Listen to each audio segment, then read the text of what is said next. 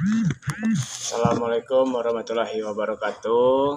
Perkenalkan, nama saya Muhammad Rafli Khairanza Fikri, NPM F0H02409, tingkat 1A. Di sini saya akan menjelaskan tentang asuhan keperawatan pada pasien cholelithiasis. Cholelithiasis atau dikenal sebagai penyakit batu empedu merupakan penyakit yang di dalamnya terdapat batu empedu yang dapat ditemukan di dalam kantung empedu atau di dalam saluran empedu atau pada kedua-duanya. Cholelithiasis adalah material atau kristal yang terbentuk di dalam kantung empedu. Penyebab batu empedu bisa terbentuk di dalam saluran empedu jika empedu mengalami aliran balik karena adanya penyempitan saluran. Batu empedu di dalam saluran empedu bisa mengakibatkan infeksi hebat saluran empedu atau yang disebut dengan kolangitis. Jika saluran empedu tersumbat, maka bakteri akan tumbuh dan dengan segera menimbulkan infeksi di dalam saluran. Bakteri bisa menyebar melalui aliran darah dan menyebabkan infeksi di bagian tubuh lainnya. Jenis-jenis batu empedu. Ada dua tipe utama batu empedu, yaitu batu yang terutama tersusun dari pigmen dan tersusun dari kolesterol. Batu pigmen akan terbentuk bila pigmen yang terkonjugasi dalam empedu mengalami presipitasi atau pengendapan, sehingga terjadi batu. Resiko terbentuknya batu semacam ini semakin besar pada pasien serosis, hemolisis, dan infeksi percabangan biliar. Batu ini tidak dapat dilarutkan dan hanya dikeluarkan dengan jalan operasi. Batu kolesterol merupakan unsur normal yang terbentuk pembentuk empedu bersifat tidak larut dalam air. Kelarutannya bergantung pada asam empedu dan lecitin atau fosfolipid dalam empedu.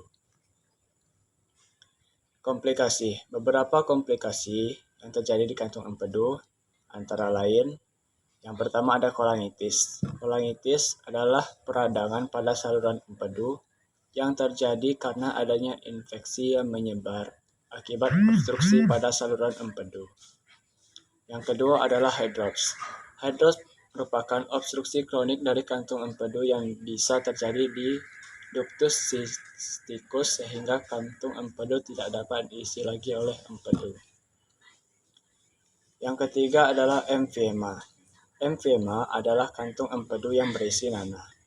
Komplikasi pada pasien yang mengalami emfyema membutuhkan penanganan segera karena dapat mengancam jiwa.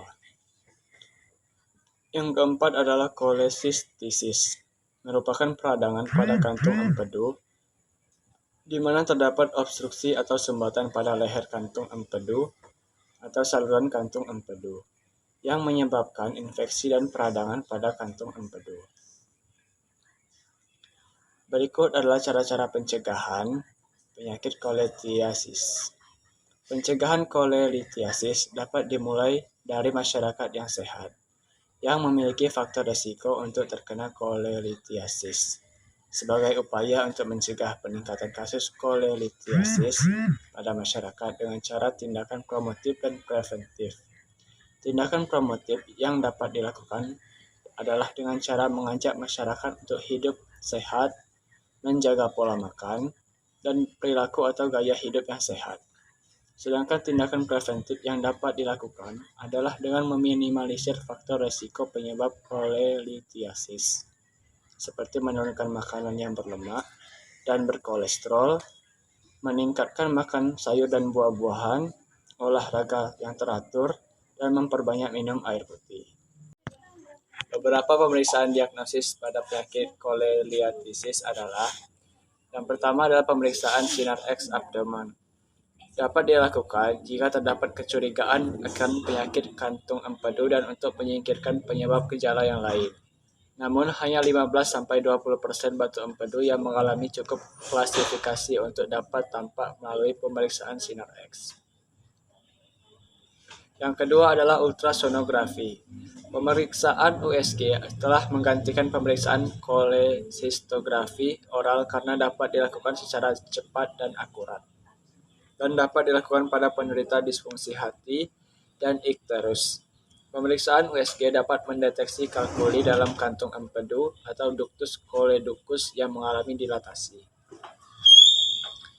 Yang ketiga adalah pemeriksaan pencitraan radionuklida atau koleskintografi. Koleskintografi menggunakan preparat radioaktif yang disuntikan secara intravena. Preparat ini kemudian diambil oleh hepatosit dan dengan cepat diinjeksikan ke dalam sistem biliar. Selanjutnya dilakukan pemindaian saluran empedu untuk mendapatkan gambar kantung empedu dan percabangan biliar. Yang keempat adalah ERCP atau endoscopic retrograde cholecystectomy. Pemeriksaan ini meliputi insersi endoskop serat optik yang fleksibel ke dalam esofagus hingga mencapai duodenum pars descendens. Sebuah kanul dimasukkan ke dalam ductus choledochus serta ductus pancreaticus. Kemudian bahan kontras disuntikan ke dalam ductus tersebut untuk memungkinkan visualisasi serta evaluasi percabangan biliar. Yang kelima adalah kolangiografi transhepatik perkutan. Pemeriksaan dengan cara menyuntikkan bahan kontras langsung ke dalam percabangan biliar. Karena konsentrasi bahan kontras yang disuntikan itu relatif besar, maka semua komponen pada sistem biliar atau ductus hepaticus, ductus choledochus, ductus cysticus, dan kantung empedu dapat dilihat garis bentuknya dengan jelas. Yang terakhir adalah MRCP atau magnetic resonance cholangiopancreatografi. Merupakan teknik pencitraan dengan gema magnet tanpa menggunakan zat kontras, instrumen, dan radiasi ion. Pada MRCP, saluran empedu akan terlihat sebagai struktur yang terang karena mempunyai intensitas sinyal tinggi. Sedangkan batu saluran empedu akan terlihat sebagai intensitas sinyal rendah yang dikelilingi empedu dengan intensitas sinyal tinggi. Sehingga metode ini cocok untuk mendiagnosis batu saluran empedu. Sekian yang bisa saya jelaskan. Apabila ada kesalahan, saya meminta maaf. Saya akhiri. Wassalamualaikum warahmatullahi wabarakatuh.